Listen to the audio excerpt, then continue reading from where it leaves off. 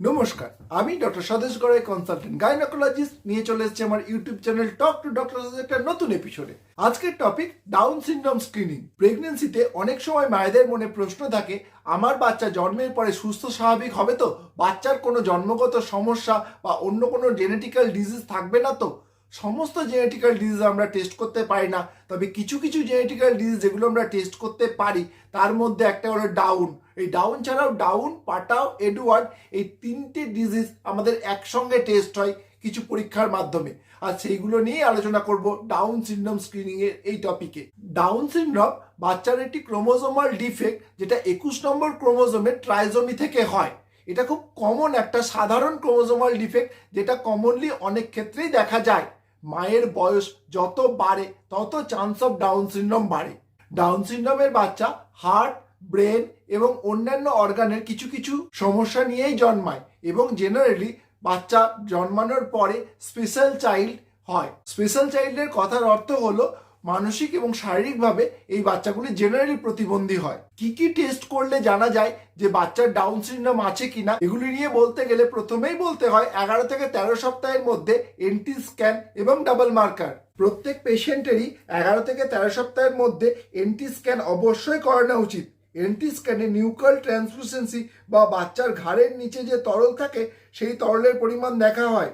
এর সাথে নেজাল বোন বা নাকের হাড়ও দেখা হয়। যদি এনটি এবং নেজাল বোন ঠিক থাকে, তার সঙ্গে ফ্রি বিটা এসিজি এবং পাপ্পা এ ডাবল মার্কারও ঠিক থাকে, সেক্ষেত্রে আপনি অনেকটাই নিশ্চিন্ত হতে পারেন যে আপনার বাচ্চা ডাউন সিনড্রোমের সমস্যায় ভুগবে না। যদি আপনি কোনো কারণে 11 থেকে 13 সপ্তাহে এই রিপোর্টটি করাতে ভুলে যান বা রিপোর্টটি না করানো হয়ে গিয়ে থাকে, সেক্ষেত্রে অবশ্যই 14 থেকে 20 সপ্তাহের মধ্যে ট্রিপল মার্কার টেস্ট অথবা 16 থেকে 22 সপ্তাহের মধ্যে কোয়াড্রিপল মার্কার টেস্ট দিয়ে আপনি বুঝতে পারেন আপনার বাচ্চার ডাউন সিনড্রোমের সমস্যা আছে কি নেই।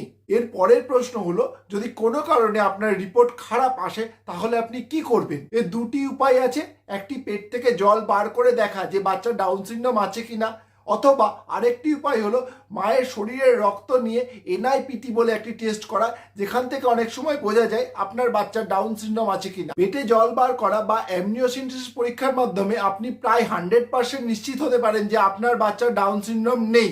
কিন্তু অপরপক্ষে এনআইপিটি বা মায়ের রক্ত থেকে যে টেস্ট করা হয় সেটি প্রায় 99% নিশ্চিত করে যে আপনার বাচ্চার ডাউন সিনড্রোম আছে কি নেই।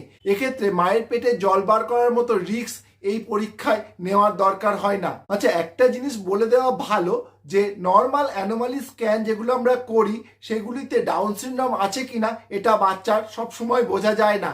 তাই অ্যানোমালি স্ক্যান নর্মাল থাকলে যে আপনার বাচ্চার ডাউন সিনড্রোম থাকবে না, এটা আপনি কখনোই শিওর হতে পারেন না। স্পেশালি অ্যানোমালি স্ক্যানে যদি কয়েকটি কথা বলে তাহলে আপনাকে অবশ্যই ডাউন সিনড্রোম স্ক্রিনিং করিয়ে নিতে হবে।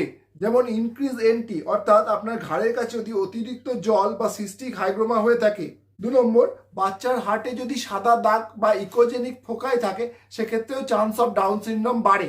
যদি আপনার বাচ্চার কিডনি ফোলা থাকে, অর্থাৎ বায়োল্যাটারাল রেনাল পেলভিক ফুলনেস থাকে, সেক্ষেত্রেও অনেক সময় ডাউন সিনড্রোমের ভয় থেকে থাকে। এছাড়া কোরয়েডাল প্লেক্সাস সিস্ট বা বাচ্চার ব্রেনে যদি সিস্ট থাকে বা বাচ্চার হাত পা ছোট থাকে, সেক্ষেত্রেও ডাউন সিনড্রোমের চান্স থাকে। তাই প্রত্যেকটা মায়েদের জন্যই ডাউন সিনড্রোমের স্ক্রিনিং করে নেওয়াটা খুবই দরকার।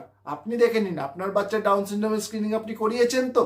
আজকের মতো এ পর্যন্তই, দেখা হবে নতুন কোনো ভিডিওতে। ততক্ষণ অবধি please like, share and subscribe our channel.